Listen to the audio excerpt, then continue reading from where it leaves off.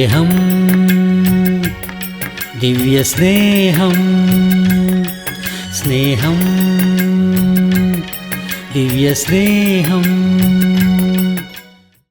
Hallelujah! ദൈവത്തിന് സ്തോത്രം. വീണ്ടും ഒരിക്കൽ കൂടി ദൈവത്തിൻ്റെ വചനവുമായിട്ട് നിങ്ങളുടെ മുൻപിലേക്ക് കടന്നു വരുവാൻ കർത്താവിൻ്റെ ജീവിതത്തിൽ നൽകിയിരിക്കുന്ന വലിയ ഭാഗ്യത്തെ ഓർത്ത് കർത്താവിനെ സ്തുതിക്കുന്നു, മഹത്വപ്പെടുത്തുന്നു. ഇന്ത്യയിലുള്ള ആളുകൾക്ക് സുപ്രഭാതം, അമേരിക്കയിലുള്ളവർക്ക് അതുപോലെ യൂറോപ്പിൽ ഉള്ള ആളുകൾക്ക് ഗുഡ് ഈവനിങ്. ഈ ദിവസം ഈ സന്ദേശം അനേകം ആളുകളിലേക്ക് എത്തുവാൻ തക്കവണ്ണം ദൈവം അത്ഭുതം ചെയ്തതിനെ ഓർത്ത് കർത്താവിനെ സ്തുതിക്കുന്നു. അതുകൊണ്ട് എല്ലാ വ്യക്തികളും നിങ്ങൾ എവിടെയായിരിക്കുന്നോ അവിടെ തന്നെ ദൈവത്തിൻ്റെ വചനം ധ്യാനിക്കേണ്ടത് ഏറ്റവും അത്യാവശ്യമാകുന്നു. അത് രാവിലെയാണെങ്കിലും ഉച്ചയ്ക്കാണെങ്കിലും വൈകുന്നേരമാണെങ്കിലും ദൈവത്തിൻ്റെ വചനങ്ങൾ ധ്യാനിക്കുകയും പ്രാർത്ഥിക്കുകയും ചെയ്യുന്നത്. അതുപോലെ തന്നെ ആ കർത്താവിൽ വിശ്വാസമർപ്പിച്ച് ജീവിക്കുക എന്നത് നമ്മുടെ ഭവനത്തിന് ചുറ്റും, നമ്മുടെ ജീവിതങ്ങൾക്ക് ചുറ്റും പ്രാർത്ഥനയുടെ വേലി കെട്ടേണ്ട ഉത്തരവാദിത്വം നമുക്കുണ്ട്. അതുകൊണ്ടാണ് ഈ ദൈവത്തിൻ്റെ വചനവുമായി നിങ്ങളുടെ മുൻപിലേക്ക് വന്നിരിക്കുന്നത്.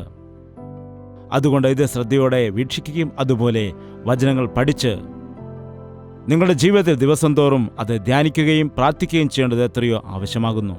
അങ്ങനെ നിങ്ങളുടെ ആത്മീയ ജീവിതം അനേകർക്ക് അനുഗ്രഹപ്രദമാകാൻ, കർത്താവിൻ്റെ സന്നിധിയിലേക്ക് അനേകം ആത്മാക്കളെ നേടിയെടുക്കുവാനുള്ളതായ കൃപ നിങ്ങൾക്കെല്ലാവർക്കും ദൈവം നൽകുമാറാകട്ടെ.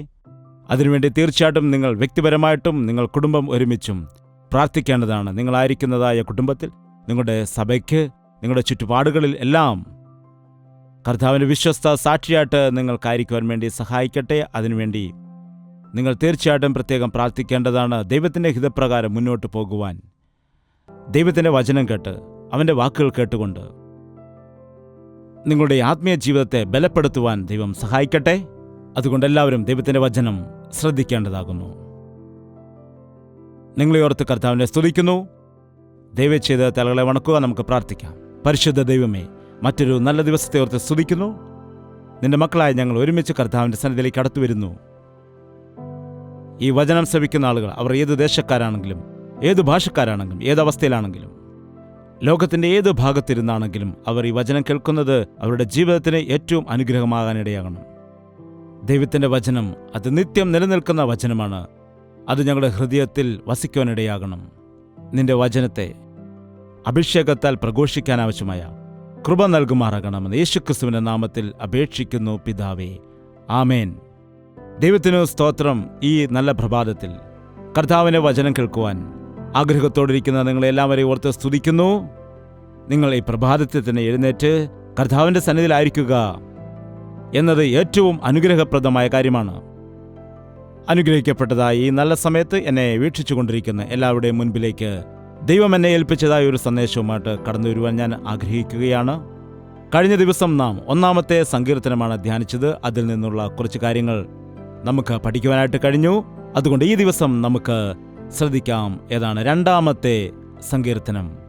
2-ാം സങ്കീർത്തനത്തിൽ നമുക്ക് നല്ലൊരു വാഗ്ദത്ത വചനമുണ്ട്. ഞാനൊരു നിർണയം പ്രസ്താവിക്കുന്നു, യഹോവ എന്നോട് അരുളി ചെയ്തതു, നീ എൻ്റെ പുത്രൻ, ഇന്ന് ഞാൻ നിന്നെ ജനിപ്പിച്ച് ഇരിക്കുന്നു.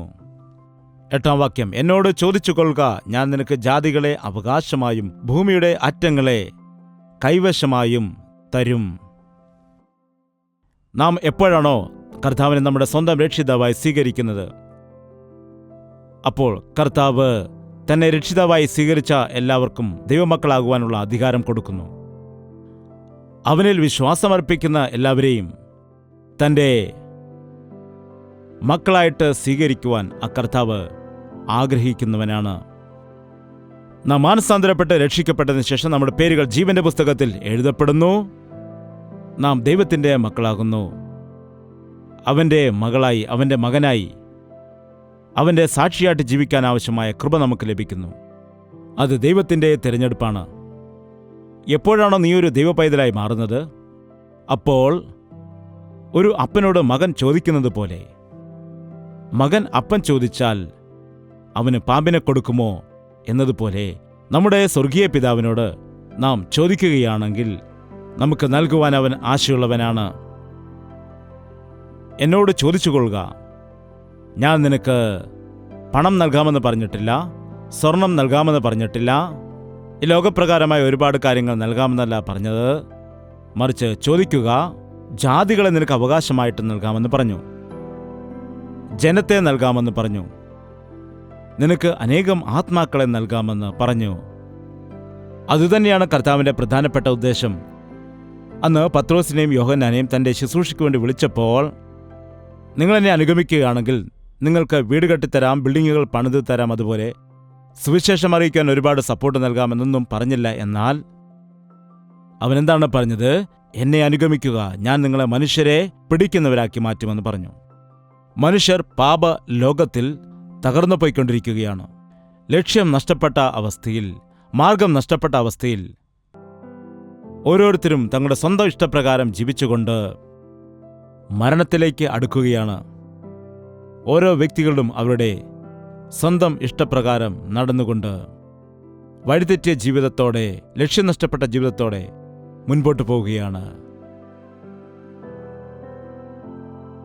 പിശാച് വലവിരിച്ച് മനുഷ്യരെ പിടിച്ചിട്ട് അവന്റെ പൂണിയിലാക്കി അവൻ വെല്ലുവിളിക്കുകയാണ്. ഒരു മത്സ്യത്തെ ഇരയിട്ട് പിടിക്കുന്നത് പോലെ പിശാച് മനുഷ്യരെ കൺമോഹത്താലും ജഡമോഹത്താലുമൊക്കെ പിടിക്കുകയാണ്. അല്പകാല പാപമോഹത്തിൽ, ലോകത്തിന്റെ ചിന്തകളിൽ, ലോകത്തിന്റെ ആഡംബരങ്ങളിൽ മനുഷ്യനെ വീഴിച്ചുകൊണ്ട് മനുഷ്യനെ ഇരയിട്ട് പിടിക്കുകയാണ് ചെയ്യുന്നത്, ബന്ധനത്തിലാക്കുകയാണ് ചെയ്യുന്നത്. ഇന്ന് അതുകൊണ്ട് അനേകം ആളുകൾക്ക് എല്ലാമുണ്ട് എങ്കിലും അവരുടെ ജീവിതത്തിൽ സമാധാനം ഇല്ല, ഉറക്കം വരുന്നില്ല, അവരുടെ ജീവിതത്തിൽ കഷ്ടത മാത്രമാണ്. ഇതാകുന്നു വാസ്തവം. നാം ദൈവമക്കളാണ്, ദൈവത്തിൻ്റെ സ്വരൂപത്തിലും സാദൃശ്യത്തിലും സൃഷ്ടിക്കപ്പെട്ടവർ. നാം ആയിരിക്കേണ്ടുന്നതായ സ്ഥലത്തായിരിക്കുമ്പോഴാണ് നമുക്കത് അനുഗ്രഹമായി തീരുന്നത്, നമുക്കത് ക്ഷേമമായിട്ട് തീരുന്നത്. ദൈവം നിന്നെ സ്നേഹിച്ചുകൊണ്ട് വഴിതെറ്റിപ്പോയിരുന്നതായ നിന്നെ രക്ഷിക്കാനാണ് ഈ ലോകത്തിലേക്ക് വന്നത്. അവൻ നിനക്ക് വേണ്ടി തൻ്റെ പ്രാണനെ നൽകുവാനിടയായി. അവൻ നിന്നെ തിരിഞ്ഞുകൊണ്ടേയിരിക്കുകയാണ്. കർത്താവ് പറഞ്ഞു, നിങ്ങളെന്നെ അന്വേഷിപ്പീൻ, എന്നാൽ നിങ്ങൾ കണ്ടെത്തും, നിങ്ങൾ ചോദിപ്പീൻ, എന്നാൽ നിങ്ങൾക്ക് ലഭിക്കും. നിങ്ങൾ ചോദിക്കുന്നതെല്ലാം ഞാൻ നിങ്ങൾക്ക് നൽകാം. നിങ്ങൾ ചോദിക്കാത്തത് കൊണ്ടാണ് നിങ്ങൾക്ക് ലഭിക്കാത്തത്. എന്നാൽ നിങ്ങൾ ചോദിക്കുന്നത് അവിശ്വാസത്തോടെയാണ് ചോദിക്കുന്നത്. നിങ്ങളെൻ്റെ കൽപ്പന അനുസരിക്കാതെയാണ് ചോദിക്കുന്നത്. നമ്മുടെ സ്വന്തം മക്കൾക്ക് നമ്മൾ കൊടുക്കുമെന്നാൽ റോഡിൽ കൂടി പോകുന്നതായ കുട്ടികൾക്ക് നാം കൊടുക്കുമോ? അവർക്ക് വേണമെങ്കിൽ കുറച്ച് പണം കൊടുക്കും, അല്ലെങ്കിൽ നാം എന്തെങ്കിലും ആഹാരം വാങ്ങിക്കൊടുക്കും. എന്നാൽ ഒരു മകൻ തൻ്റെ പിതാവിനുള്ളതിൽ എല്ലാം അവകാശിയാകുന്നു. ആ പിതാവിൻ്റെ സന്നിധിയിൽ അവൻ സന്തോഷിക്കുന്നത് പോലെ നാം ആദ്യം ദൈവത്തിൻ്റെ മകനായിട്ട്, മകളായിട്ട് മാറണം. നമ്മൾ പിശാചിൻ്റെ മക്കളായിരുന്നിട്ട് കർത്താവിൻ്റെ സന്നിധിയിൽ ചെന്ന് നാം ചോദിക്കുകയാണെങ്കിൽ ഒന്നും തന്നെ നമുക്ക് ദൈവത്തിൽ നിന്ന് മറുപടി ലഭിക്കില്ല.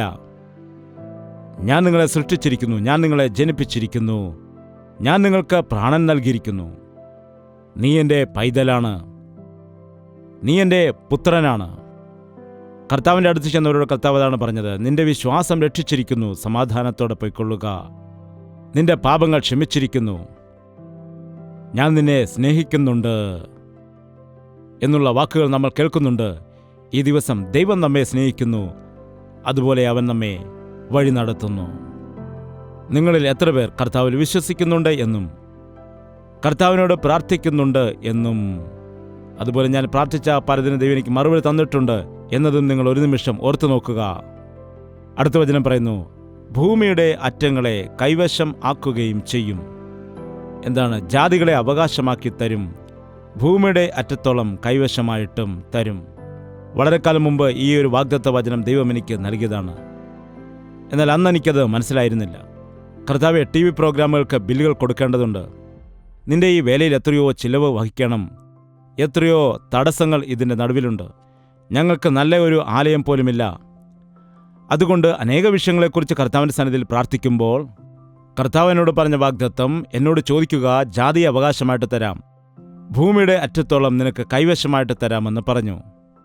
ഇപ്പോൾ ലൈവ് പ്രോഗ്രാമുകൾ ആരംഭിച്ചതിന് ശേഷമായിട്ട് ഭൂമിയുടെ അറ്റത്തോളമുള്ളതായ അനേകം ആളുകൾ ഞങ്ങളോട് സംസാരിക്കുകയും അവരുടെ സാക്ഷികളെ പറയുകയും ചെയ്യുമ്പോൾ എനിക്ക് മനസ്സിലാക്കുവാനായിട്ട് കഴിയുന്നു, ഇതാകുന്നു ദൈവത്തിൻ്റെ ആ വാഗ്ദത്ത വചനത്തിൻ്റെ നിവൃത്തീകരണം എന്നുള്ളതായ വസ്തുത. അവൻ വാക്ക് പറഞ്ഞാൽ അത് നിറവേറ്റും. അവൻ തന്നതായ വാഗ്ദത്തങ്ങൾ മാറിപ്പോവുകയില്ല. നിങ്ങളുടെ ജീവിതത്തിൽ അവൻ്റെ വാഗ്ദത്തങ്ങൾ നിറവേറ്റുന്നുണ്ടോ? അവൻ്റെ വാഗ്ദത്തത്തിൽ നിങ്ങൾ പൂർണ്ണമായി വിശ്വസിച്ച് അതിൽ ആശ്രയിച്ച് നിങ്ങൾ പ്രാർത്ഥിക്കുന്നുണ്ടോ? വാഗ്ദത്തം എന്നത് ഒരു ചെക്ക് പോലെയാണ്. ആ ചെക്ക് നാം ബാങ്കിൽ കൊണ്ടുപോയിട്ട് മാറിയെടുത്ത് അത് പണമാക്കി മാറ്റേണ്ടതാണ്. അതുപോലെ ദൈവം നമുക്ക് തന്നിരിക്കുന്നതായ വാഗ്ദത്തങ്ങളെ കർത്താവിൻ്റെ സന്നിധിയിൽ വെച്ച് പ്രാർത്ഥിച്ച് വിശ്വസിച്ച് അത് പ്രാപിച്ച് നേടി എടുക്കേണ്ടതാണ്. അപ്പോഴാ വാഗ്ദത്തത്തിൻ്റെ ഫലത്തെ നാം അനുഭവിക്കും. ഈ അധ്യായത്തിൽ ജാതികൾ കലഹിക്കുന്നതും വംശങ്ങൾ വ്യർത്ഥമായത് നിരൂപിക്കുന്നതും എന്ത്?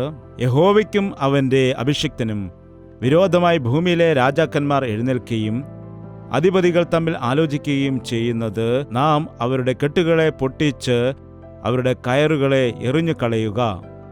ഇവർ ചോദിക്കുകയാണ്, ദൈവം എവിടെയാണ്? ദൈവത്തെ എന്തിനു ഭയപ്പെടണം? ദൈവം ആരാണ്? എന്തുകൊണ്ട് ഞാൻ കീഴടങ്ങിയിരിക്കണം? എന്തുകൊണ്ട് ദൈവത്തെ അനുസരിക്കണം? എന്തുകൊണ്ട് ദൈവത്തോട് പ്രാർത്ഥിക്കണം? ഇതല്ലേ മനുഷ്യർ ഇന്ന് ചോദിക്കുന്നത്. ജനങ്ങൾ കലഹിക്കുകയാണ്. അവർക്ക് ഇഷ്ടമുള്ളതുപോലെ ജീവിക്കുവാൻ ആഗ്രഹിക്കുന്നു. ജനങ്ങൾ അവർ ആയിരിക്കേണ്ടതായ രീതിയിൽ ആയിരിക്കാതെ അവരുടെ സ്വന്തം മാർഗങ്ങൾ തിരഞ്ഞെടുത്തുകൊണ്ട് പോകുന്നു. എന്നാൽ അതിൻ്റെ അവസാനം നാശമായിരിക്കും. ഒരു മനുഷ്യന് തൻ്റെ വഴി ആദ്യം ചൊവ്വായിട്ട് തോന്നും, എന്നാൽ അതിൻ്റെ അവസാനമോ മരണ വഴികൾ ആകുന്നുവെന്ന് ദൈവത്തിൻ്റെ വചനത്തിൽ പറയുന്നു. അവർക്കിഷ്ടമുള്ളതാണ് അവരുടെ ജീവിതം എന്ന രീതിയിൽ പോകുന്നു. ഇതാണു എൻ്റെ ലക്ഷ്യം, ഇതാകുന്നു എൻ്റെ ഉദ്ദേശം, ഇതാകുന്നു എൻ്റെ ഹിതം എന്ന രീതിയിലാണ് അവർ മുൻപോട്ട് കാര്യങ്ങൾ ചെയ്ത് പോകുന്നത്. അങ്ങനെ ആ ദുശ്ശീലങ്ങളിൽ, ആ ലോകപ്രവർത്തികളിൽ, ആ ദുർവ്യയങ്ങളിൽ പെട്ടുകൊണ്ട് അവർ തങ്ങളുടെ സ്വന്തം ഇഷ്ടപ്രകാരം, ദൈവത്തിൻ്റെ ഹിതപ്രകാരം അല്ലാതെ സ്വന്തം പദ്ധതി അനുസരിച്ച് ജീവിക്കുവാൻ ഇഷ്ടപ്പെടുന്നു. ഇന്ന് രാജാക്കന്മാർ ഒന്നിക്കുന്നു, ലോകരാഷ്ട്രങ്ങൾ തമ്മിൽ ഒന്നിക്കുന്നത് കാണുന്നുണ്ട്. പരിഹാസികൾ ഇന്ന് അന്ത്യകാലത്ത് എഴുന്നേൽക്കുന്നുണ്ട്. യേശു ഉണ്ടെങ്കിൽ പിന്നെ എന്തുകൊണ്ടാണ് കൊറോണ വൈറസ് വന്നതെന്ന് ചോദിക്കുന്നു. നിങ്ങളുടെ ദൈവത്തിന് എന്താ സൗഖ്യമാക്കാൻ കഴിയില്ല എന്ന് മറ്റൊരാൾ ചോദിക്കുന്നു. ആ ദൈവത്തിൻ്റെ അനന്തമായ ജ്ഞാനത്തെയും ദൈവത്തിൻ്റെ അത്ഭുതകരമായ സ്നേഹത്തെയും അവൻ്റെ കൃപയെയും മനസ്സിലാക്കാൻ കഴിയുന്നതായ ശക്തി എങ്ങനെ അവിശ്വാസികൾക്ക് ഉണ്ടാകും?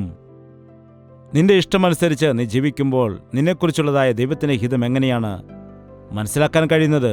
അതാകുന്നു ഇന്ന് ലോകത്തിനുള്ള സ്ഥിതി. ഈ ലോകത്തോടുള്ള ദൈവത്തിൻ്റെ കോപത്തെ വെളിപ്പെടുത്തുന്ന സന്ദർഭമാണിത്.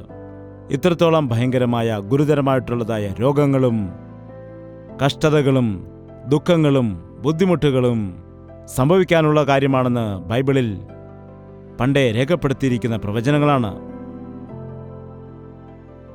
മനുഷ്യൻ എന്തെല്ലാമോ ചിന്തിക്കുന്നു, എന്നാൽ സ്വർഗസ്ഥനായ പിതാവ് അവരെ നോക്കി ചിരിക്കുന്നു എന്നാണ് എഴുതിയിരിക്കുന്നത്. കർത്താവ് അവരെ നോക്കി പരിഹസിക്കുകയാണ്. നീ എന്താണ് ഇങ്ങനെയായിപ്പോയത്? നീ എന്തുകൊണ്ടാണ് ഇങ്ങനെയൊക്കെ ചിന്തിക്കുന്നത്? ഞാനാണ് സകലത്തെയും സൃഷ്ടിച്ചിരിക്കുന്നത്. നീ സൃഷ്ടിതാവിനെ എതിർക്കുകയാണോ? സൃഷ്ടിതാവിനെതിരെ സംസാരിക്കുകയാണോ? നോക്കൂ, അപ്പനെ നോക്കിയിട്ട് നിങ്ങൾ എൻ്റെ അപ്പനല്ല, അമ്മയെ നോക്കിയിട്ട് അമ്മയല്ല എന്ന് പറയുന്ന മകനെ എന്താണ് പറയേണ്ടത്? കുശവൻ്റെ കയ്യിലിരിക്കുന്ന മൺപാത്രത്തിന് കുശവനോട് നീ എപ്പോഴാണ് എന്നെ സൃഷ്ടിച്ചതെന്ന് ചോദിക്കുവാനായിട്ട് കഴിയുമോ? ഇന്നുള്ള മനുഷ്യരുടെ അവസ്ഥ അങ്ങനെയാണ്. ഇന്ന് നിന്നെ സൃഷ്ടിച്ച സൃഷ്ടിതാവിനെ, നിനക്ക് വേണ്ടി പ്രാണനെ നൽകിയ രക്ഷിതാവിനെ നീ മറന്നുപോവുകയാണ്. അതുകൊണ്ടാണ് കർത്താവ് ചിരിക്കുന്നത്.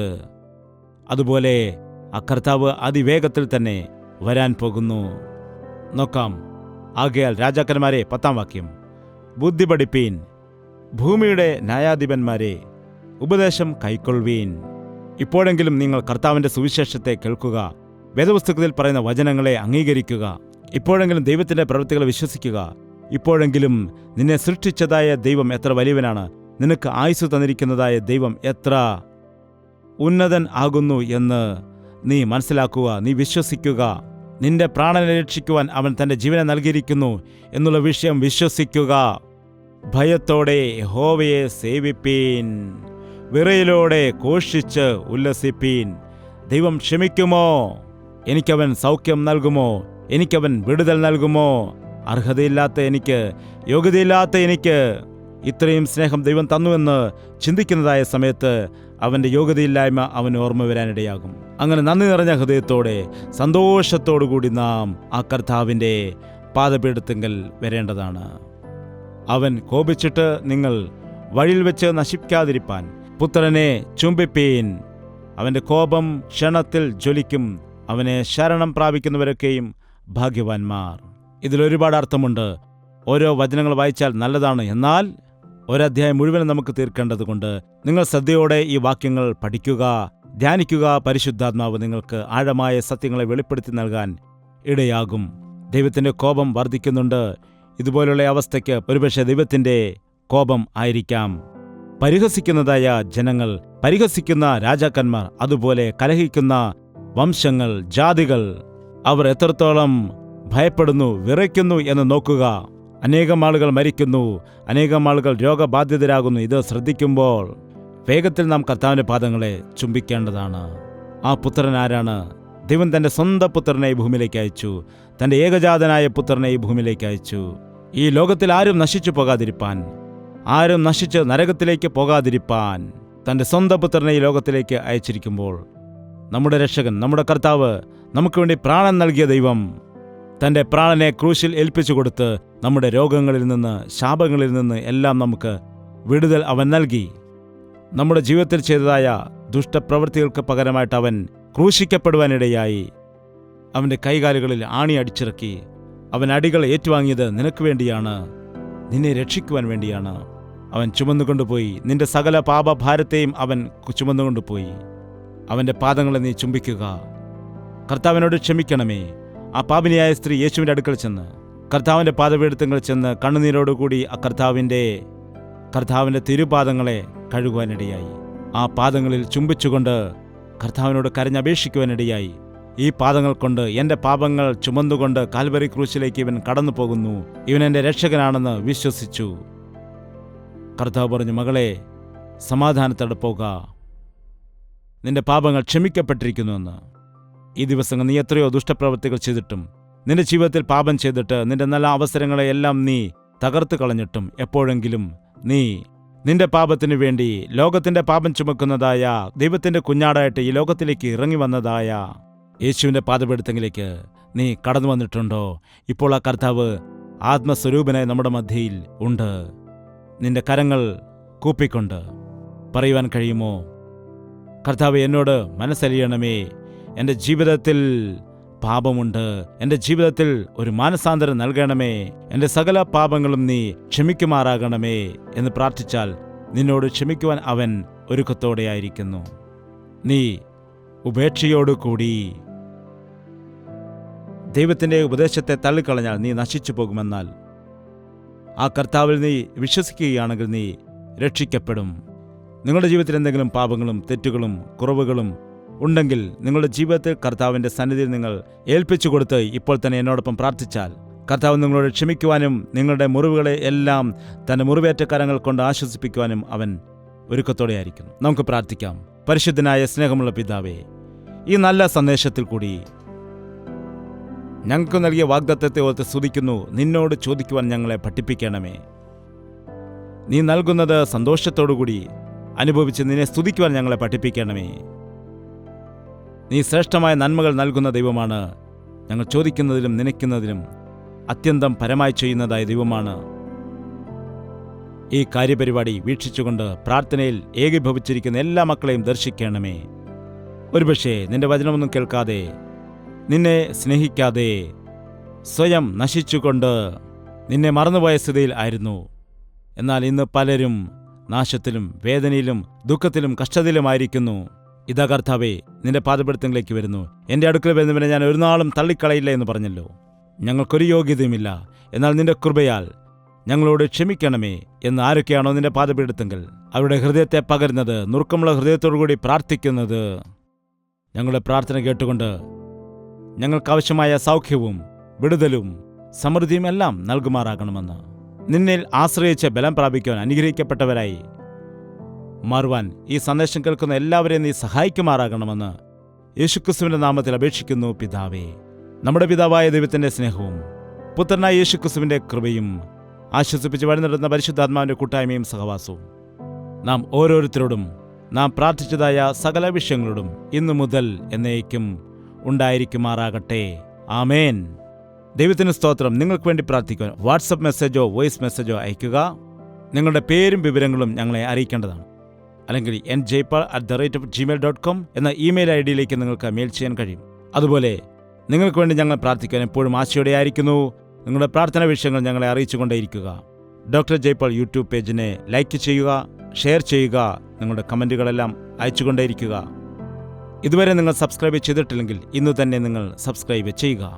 ദൈവം നിങ്ങളെ ധാരാളമായി അനുഗ്രഹിക്കേണ്ടതിനും ഈ ദിവസം മുഴുവനും ദൈവത്തിൻ്റെ വലിയ കൃപ നിങ്ങളുടെ ജീവിതത്തിൽ ഉണ്ടാകേണ്ടതിനും നിങ്ങളുടെ ജീവിതം അനുഗ്രഹപ്രദമായി മാറേണ്ടതിനു വേണ്ടി പ്രാർത്ഥിച്ചുകൊണ്ട് എൻ്റെ വാക്കുകളെ ചുരുക്കുന്നു. നിങ്ങളുടെ എളിയ ദേവദാസൻ ജയ്പാൽ. സ്തോത്രം. യേശുവേ യേശുവേ യേശുവേ യേശുവേ യേശുവേ യേശുവേ യേശുവേ യേശുവേ നിന്നെ നിന്നെ എന്നും ഞാൻ സേവിക്കും. നീ മാത്രം രാജാവെന്നും. നിന്നെ നിന്നെ എന്നും ഞാൻ സേവിക്കും. നീ മാത്രം രാജാവെന്നും. യേശുവേ യേശുവേ യേശുവേ യേശുവേ യേശുവേ യേശുവേ യേശുവേ യേശുവേ യേശുവേ യേശുവേ യേശുവേ